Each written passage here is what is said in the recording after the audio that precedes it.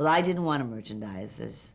I was very afraid of that. Batman had been on the year before, and there was a lot of, and Bewitched, and there were a lot of things in stores, you know, with people's faces hanging from dresses and stuff. And I thought, oh, God, I don't want to do this. You know, I always saw myself as an actor. I would not call the show the Marlo Thomas show. After the first year, they did some research, and that girl, that Marlo Thomas, the name Marlo Thomas, had become even more famous than that girl. And so the network wanted to change it to the Marlo Thomas show. And there was a great history of that. I mean, the Dick Van Dyke show, the Carol Burnett show. I mean, there were many, the Andy Griffith show. There were many, many shows called by somebody's name. But I felt that it was the wrong thing for me. I felt that I was an actress playing a part, and that it wasn't the Marlo Thomas show. The Marlo Thomas show would be a totally different person. So I wouldn't do it, and I think it protected me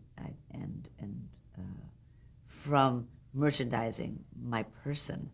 I was always very worried about that. And so before the show started, my cousin was one of my lawyers. Eddie Elias was his name. And I said to Eddie one night, I said, before I sign the contract with ABC, how am I going to get around this merchandising thing? You know, I'm not big enough to get away with saying I don't want it. You know, I wasn't a star or anything. I was just a new person, newcomer. I said, how am I going to get that merchandising clause out of the contract? He said, let me sleep on it. And we only had like a day and a half before I had to sign the contract. So the next day he called me and said, okay, I've got an idea. I said, what?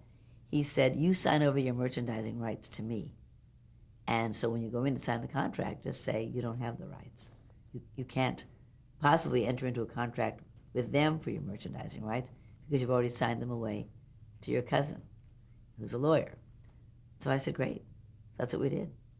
I signed it before I went into the contract, to sign the contract, and I said, I don't have the rights. I don't have my merchandising rights. You'll have to deal with him.